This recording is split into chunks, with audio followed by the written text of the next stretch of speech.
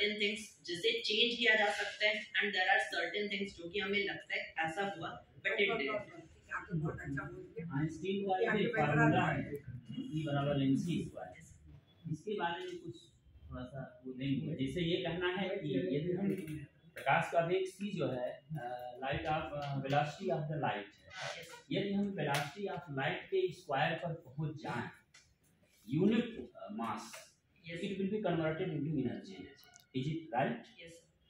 तो क्या ये संभव है कि हम लाइट का जो वेलोसिटी ऑफ लाइट है उसके स्क्वायर को गेन कर सकते हैं? 3 × 10⁸ लाइट की वेलोसिटी है मीटर पर सेकंड, तो क्या हम वहां तक पहुंच सकते हैं?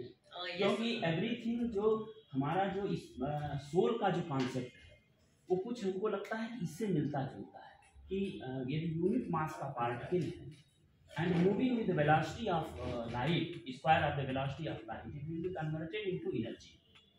तो क्या ये संभव है? क्या इस पर वर्क किया जा सकता है? So about this first thing, actually में it is not even possible कि हम लोग velocity of light तक achieve कर सकें and इसके कुछ ऐसे reasons हैं कि आइंस्टाइन ने 1905 की special relativity में बताया था कि कोई भी object जब move करता है तो उसका mass increase होता है एंड एक्चुअल में बहुत सारी टेक्स्ट बुक्स में जैसे हम लोग पढ़ते हैं कि mass is the quantity of matter in any object, कि अगर मैंने इस इन ग्लासेस को कंसिडर किया तो इसमें कितना मैटर है उसी को इसका मास कहेंगे इन किलोग्राम या फिर ग्राम। एक्चुअल में ये डेफिनेशन कंप्लीटली भी ट्रू नहीं होती क्योंकि मास को कंप्लीटली क्वांटिटी ऑफ मैटर नहीं कहा जा सकता, क्योंकि जब भी कोई ऑब्जेक्ट मूव करता है तो उसका मास इंक्रीज होता है। तो हम लोग ऐसा तो नहीं बोल सकते कि उसमें एक्स्ट्रा मैटर ऐड हो रहा है।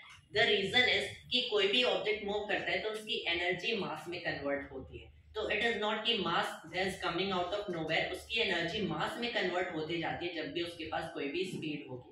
Bye the time it reaches close to the speed of light उसकी मोस्ट एनर्जी मास में कन्वर्ट हो जाती है और उसके पास नियर इनफाइनाइट मास हो जाता है।